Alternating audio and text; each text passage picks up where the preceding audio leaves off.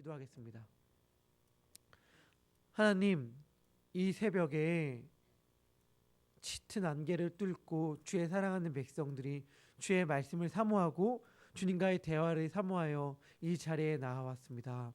하나님께서 이 자리에 나온 모두를 만나 주시고 하나님의 음성을 들려 주심으로 말미암아 우리가 각자의 삶 가운데에서 어찌 행해야 하는지를 알게 하여 주시고 그 길이 걷기 힘든 길이라면 주님께서 위로하여 주시고 힘을 주심으로 말미암아 능히 감당하게 하여 주시옵소서. 이 새벽에도 주님께서 우리들에게 말씀하여 주실 줄 믿습니다. 감사드립니다. 예수님의 이름으로 기도합니다. 아멘. 어떻게 오시는데 괜찮은지 모르겠어요. 저는 교회를 살짝 지나쳤거든요. 막 이렇게 오다 보니까 교회를 이렇게 지나쳤는데 안개가 참 우리 지역 참 사랑스럽습니다. 안개가 참 짙은 것 같아서 조금씩 이렇게 조심하게 와야 될 것 같습니다. 오늘 제가 찬양을 교회에 관련된 찬양을 불렀습니다. 오늘 말씀도 사실은 목회 교회에 관련된 우리 이제 디도서에 들어가게 되는데 큐티 말씀이 교회를 떠올릴 때 여러분들의 느낌은 어떨지 모르겠어요. 우리 교회는 어떠한 곳인가? 그리고 우리가 우리 교회를 위하여 아까 부른 찬양의 마음 같은 마음을 가지고 있는가? 정말 주님이 계신 성전인가? 주님의 나라라고 생각하는가? 주님께서 피를 흘려 사시는 곳인가? 라 생각할 때 우리가 막 교회 생활이라고 말하는 생활을 하다 보면은 그렇게 인식이 되지 않는 경우들이 참 많잖아요. 때로는 상처도 있고 지치기도 하고 몸이 고나기도 하는 것이 우리의 교회 아닙니까? 교회는 영혼과 육신의 안식처가 되어야 할 곳인데도 불구하고 우리는 사실 교회에서 더 많은 상처를 받는다, 더 쉬지 못한다고 생각하는 경우가 많은 것 같습니다. 그런데 그렇게 한번 생각했으면 좋겠어요. 교회가 우리가 찬양한 대로 웅장하고 거룩한 곳이 아닌 것처럼 우리가 경험된다 하더라도 우리 자신도 마찬가지라는 거예요. 하나님께서 우리 자신을 가리켜서 우리는 너무 특별한 존재이며 예수 그리스도의 피를 주고 산 비교할 수도 없는 값진 존재이며 나중에 영원한 그 나라에 가서 영광스럽게 변화하여서 주님 곁에서 주님을 모실 자로 우리를 부르셨는데 우리의 현재 모습은 그렇지 못하잖아요.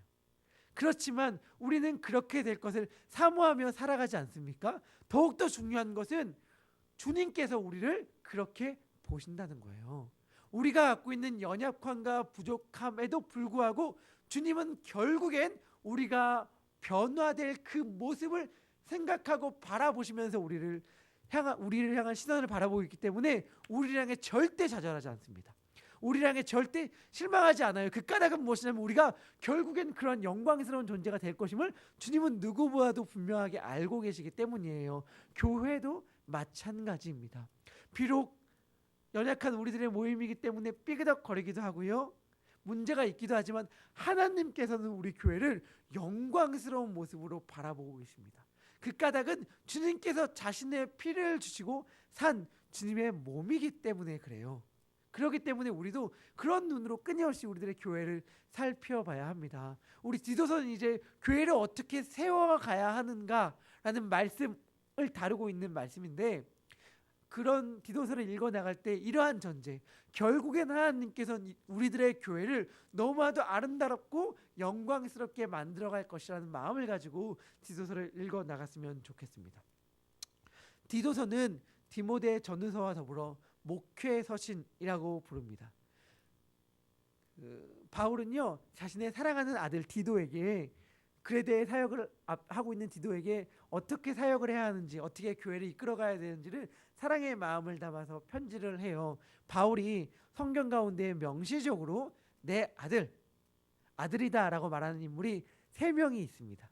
한 명은 디모데요, 한 명은 디도고 나머지 한 명은 누굴까요? 나머지 한 명은 오네시모예요. 딱 참 재밌게도 붙어 있습니다. 디모데 전서, 디도, 빌레몬 이렇게 3개가 붙어 있는 성경인데 이 3개가 붙어 있는 성경 가운데 바울이 명시적으로, 물론 바울은 사랑하는 아들, 딸이라고 생각하는 사람들이 얼마나 많았겠어요. 그렇지만 명시적으로 아들이라고 생각하는 3명의 인물이 나옵니다. 디모데, 디도, 빌레몬. 그 중에 오늘 한 명인 디도에 대해서 이야기를 하려고 하는데, 디도는요, 아마 이제 바울이 로마 감옥에서 풀려난 다음에 그레데 지역에 가서 교회가 세워진 것을 보고 디도를 거기다 남겨둡니다.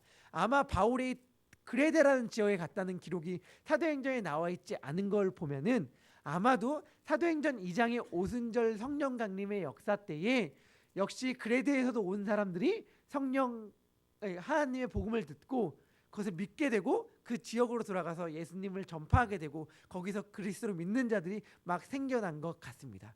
그곳의 사역을 바울이 디도에게 맡겼고요. 디도서는 바울이 디도에게 교회를 이렇게 세워나가라라고 하는 편지를 쓴 거예요. 즉 다시 우리들에게 쉽게 표현하면 선배 목사가 신참 목사에게 어떻게 하면 교회를 이끌어갈 것인가를 쓴 책이죠. 그러니까 저 같은 사람은 쉽게 말하면 저 같은 사람은 읽고 적용점과 묵상할 점이 많을 수 있지만 우리들이 많은 성도분들이 읽을 때는 나와 상관없는 말씀처럼 느껴지기 쉬울 수도 있다 생각을 해봤습니다. 나는 목사가 아닌걸, 나는 전도사가 아닌걸, 이런 생각으로 말미암아 거리를 두기 쉬운 말씀일 수도 있겠지만 유명한 스위스 출신의 신학자 칼 마르트라는 사람이 있는데 이런 말을 했어요. 무슨 말을 했냐면 나는 신학자가 아닙니다 라는 말은 사실은 게으름에 대한 변명에 불과하다 라는 말을 했어요. 본인은 신학자면서. 근데 무슨 말이냐면 이런 저희 같은 사람들에게 주는 강한 도전이 되는 거죠. 즉 나는 신학자가 아니기 때문에 하나님의 말씀에 대해 그렇게 연구할 필요가 없고 목사가 아니기 때문에 하나님의 말씀을 그렇게 붙잡을 필요도 없고 그냥 어느 정도로 살아간지 내가 무슨 목사도 아니고 전도사도 아니고 뭐 목자도 아니고 뭐 장로님도 아니고 안수집사도 아니고 뭐 이런 식의 말들은 사실상 나의 게으른 신앙 생활에 대한 변명에 불과하다는 말이죠.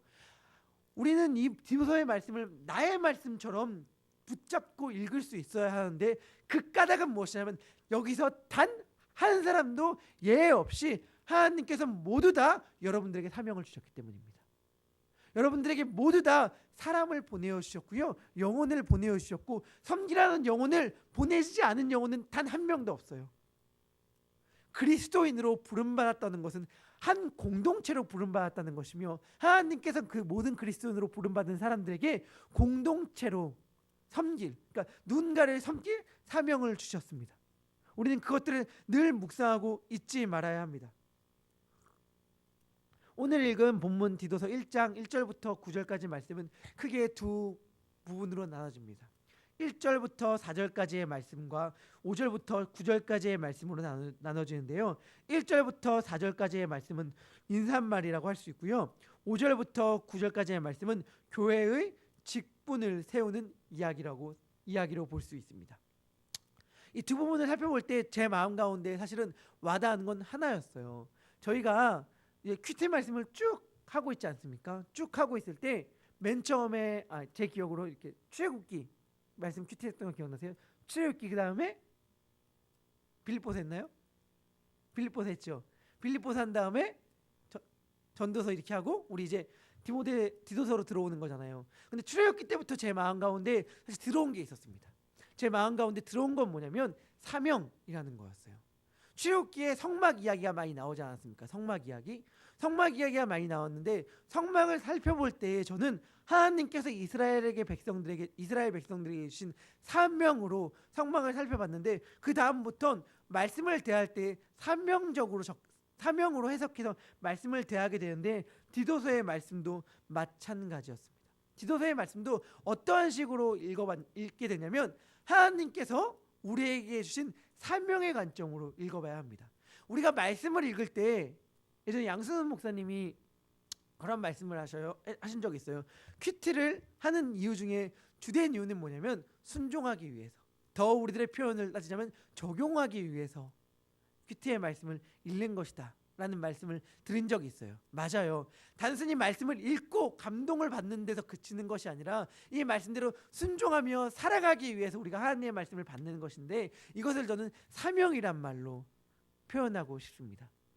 우리가 하나님께 사명을 받지 않은 사람은 아무도 없습니다. 하나님께서 우리들에게 하나님의 말씀을 전하는 이유는 무엇이냐면 우리들이 감당해야 될 사명이 있기 때문이에요. 바울이 디도에게 편지를 쓰는 까닭도 디도가 감당해야 될 사명이 있는 까닭이며, 바울이 먼저 사명을 받은 자로 서 있기 때문입니다. 바울은 1장 1절에서 이렇게 표현합니다. 하나님의 종이요 예수 그리스도의 사울인 나 바울이. 바울이 자신을 하나님의 종이라고 표현한 구절은 여기가 유일한데, 아마 구약에서 하나님의 종이라고 많이 언급되었던 사람들을 염두에 두고 쓴 표현 같습니다. 즉 구약에서 하나님의 종이 했던 일들을 많이 기억하면서 자신이 걸어갈 길들을 염두에 두는 것인데, 여기서 우리는 너무나도 익숙한 표현이지만 사실은 너무나도 이들에게는 결단의 표현이었던 단어 하나를 주목했으면 좋겠는데, 그것은 종입니다. 종. 왜 종이라는 표현은 우리 너무나도 익숙하게 듣고 사실은 별 부담감 없이 다가오죠. 그 까닭은 무엇입니까? 우리는 종이 아니기 때문입니다. 무슨 말이냐면요, 종이 없는 시대, 즉 노예가 없는 시대, 물론 어디서 힘들게 살아가는 사람들은 한국 사회에서 있을지 모르겠지만 일단 표면적으로 우리는 노예가 없는 시대에 살아가기 때문에 사실 종이라는 말이 그렇게 가슴에 확 꽂히지 않아서 누군가의 종이다, 사랑의 종, 사랑의 노예, 어쩌면 낭만적인 표현처럼 이것들이 다가오는 시대에 살고 있기 때문에 이 말이 갖고 있는 어떠한 비참함에 대해서 우리는 쉽게 인식하지 못하는 것 같습니다. 제가 오래전 수요 예배 시간 가운데 한번 이야기했던 적이 있는 것 같은데, 로마 시대의 사회상을 잘 열심히 분석하여서 쓴 소설이 있습니다. 그러니까 소설을 쓴 소설가가 로마의 그 사회가 어떠한 건지 역사적으로 잘 분석하고 썼는데, 그 당시에 종이란 존재가 어떠한 존재였는가에 대해서 이렇게 표현을 했습니다. 문학이라서 약간의 과장은 있을 수 있지만 그럼에도 불구하고 고증을 통해서 나온 문학 작품인데, 제가 얘기 드렸던 적이 있는데, 로마의 향락과 쾌락의 문화를 위해서 집에서 기르던 장어의 먹이로 였던 게 바로 둘로스 종이었습니다. 살아있는 사람을 죽여서 장어의 먹이로 줬어요. 자신들의 향락과 쾌락을 위해서. 그러니까 종이라는 말을 갖고 있는 느낌과 뉘앙스가요, 사실은 그냥 우리들이 갖고 있는 어떠한 누군가의 말을 듣는 존재의 차원이 아닌 거예요. 즉 자신의 생명을 정말 무가치한 것으로 여길 수 있는 존재, 그러니까 정말 자신이 자기의 소유권과 생명권, 재산권을 아무것도 부릴 수 없는 거라고 철저하게 인식하는 존재가 바로 종이라는 것인데, 바울은 자신을 하나님의 종이라고 표현한단 말입니다. 즉 하나님 앞에서 그 어떠한 자기의 권리나 주장도 할 수 없는 자로서 바울은 자기 스스로를 인식하고 있습니다. 우리는 스스로를 어떠한 자로 인식하고 있습니까?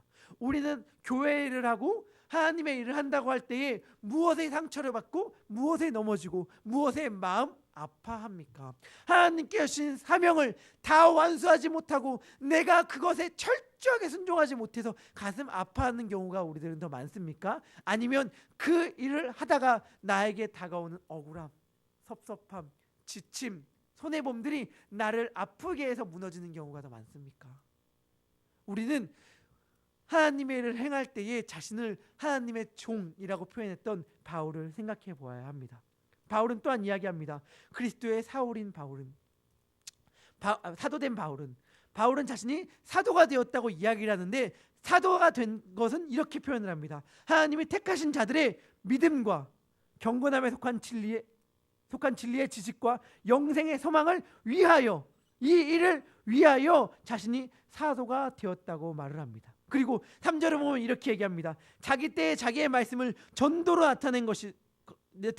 나타내셨으니 이 전도는 우리 구주 하나님이 명하신 대로 내게 맡기신 것이라, 이렇게 얘기를 해요.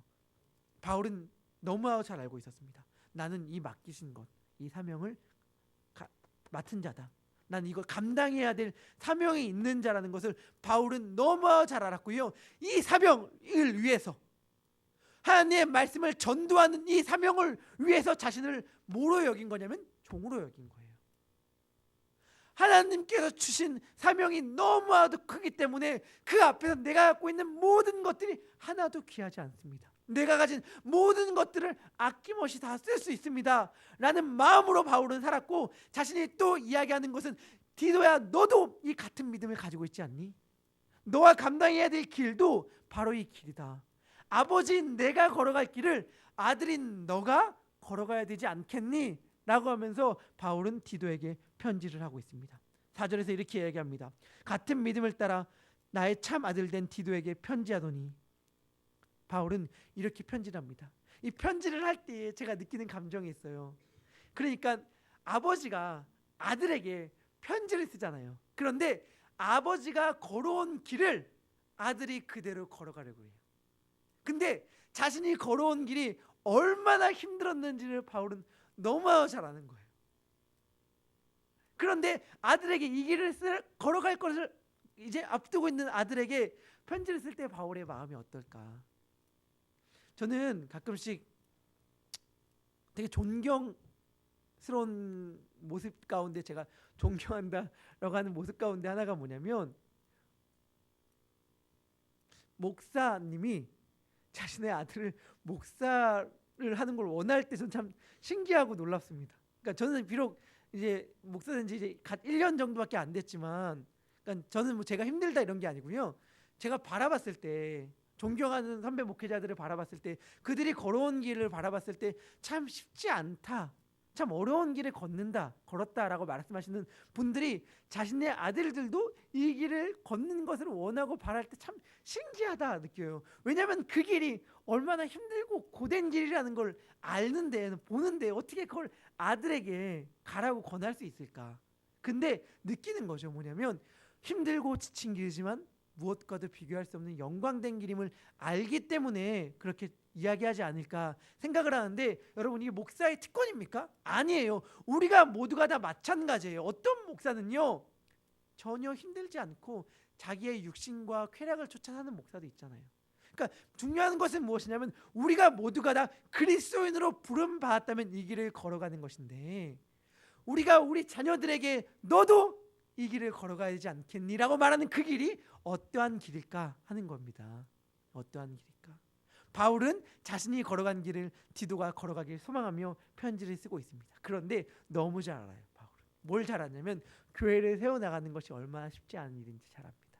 교회를 세워나가는 길이 얼마나 쉽지 않은 길인지 잘 알기 때문에, 교회를 세울 때는 이러한 기준과 이러한 원칙을 두고 교회를 세워라 라고 말하는 것이 바로 5절부터 9절까지의 말씀인데, 중요한 것은 여기서 정말 한마디로 표현하면 사람됨이다 라고 말할 수 있을 것 같아요.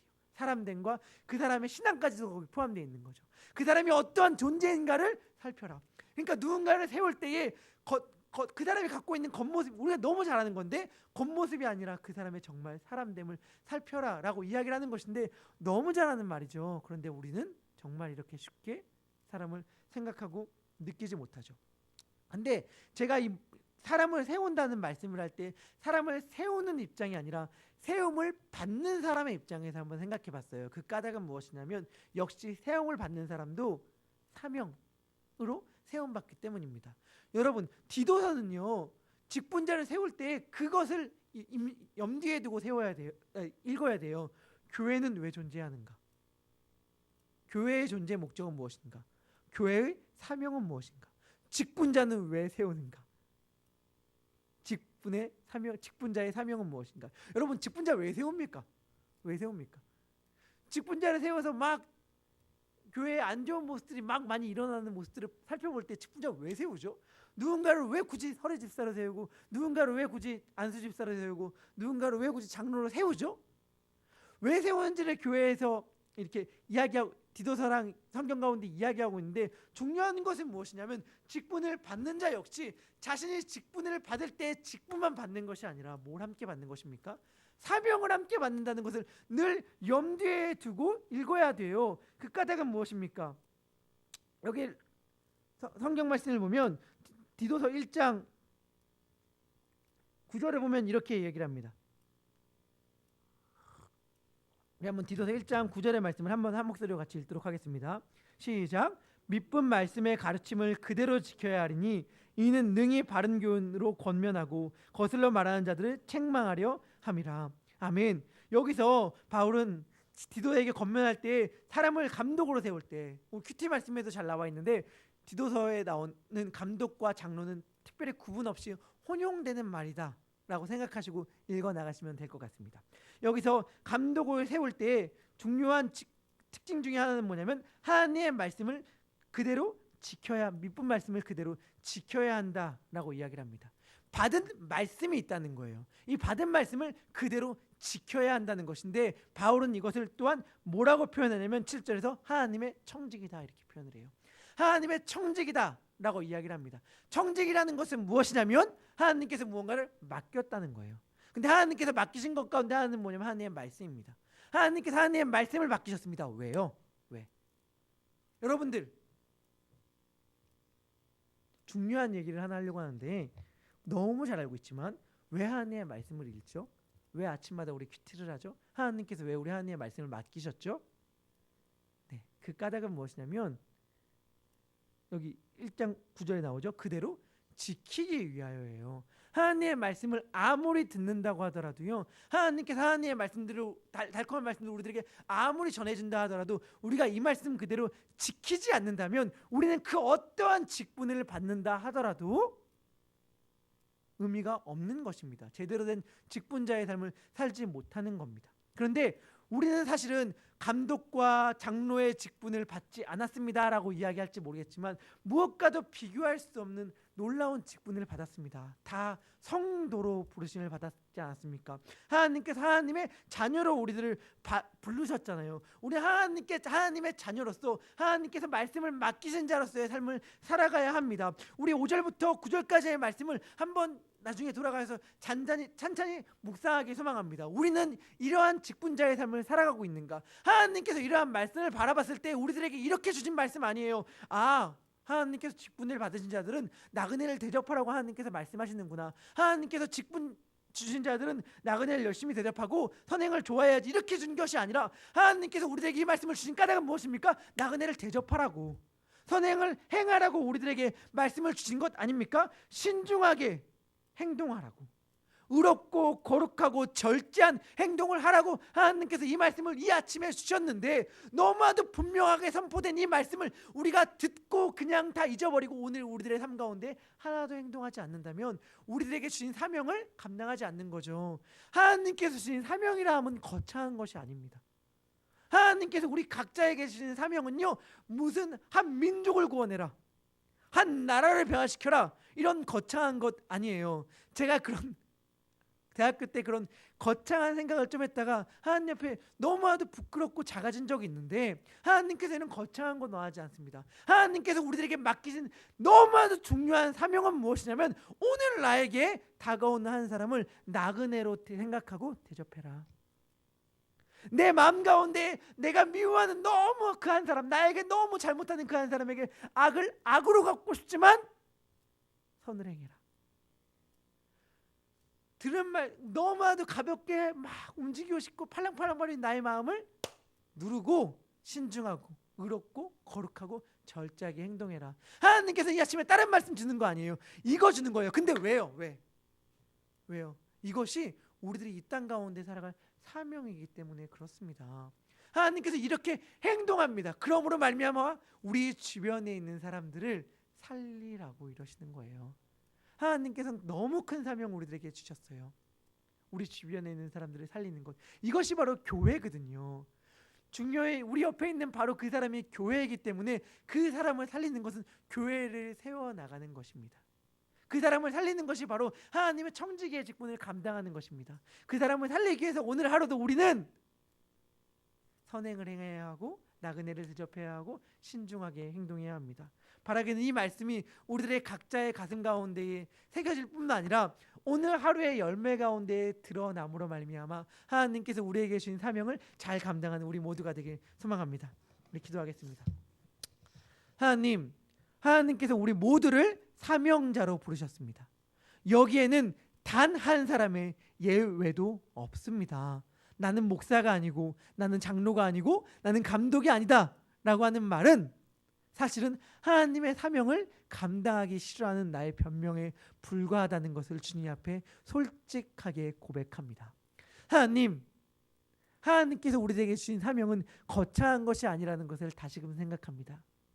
우리들에게 다가오는 도움의 손길을 외면치 않는 것, 우리들에게 악으로 행하는 자들에게 똑같이 악으로 갚지 않는 것, 신중하고 의롭고 거룩하고 절제 있게 행동하는 것, 부부가 서로를 존경하는 것, 폭력적으로 행동하지 않는 것, 나의 욕심과 이기심을 따라 허랑방탕하게 살지 않는 이 모든 것들, 이렇게 살아가는 것들이 바로 하나님께서 우리에게 주신 사명이라는 것을 생각할 때 하나님, 우리 모두가 다 한 사람도 빠짐없이 오늘 하루 주님께서 주신 사명을 잘 감당하는 하루가 되게 하여 주시옵소서.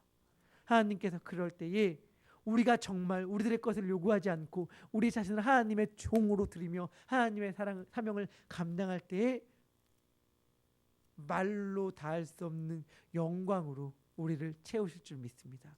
그날을 소망하고 그때를 소망하며 오늘 하루를 살아가는 우리 모두가 되게 하여 주시옵소서. 감사드립니다. 예수님의 이름으로 기도합니다. 아멘. 하늘에 계신 우리 아버지여,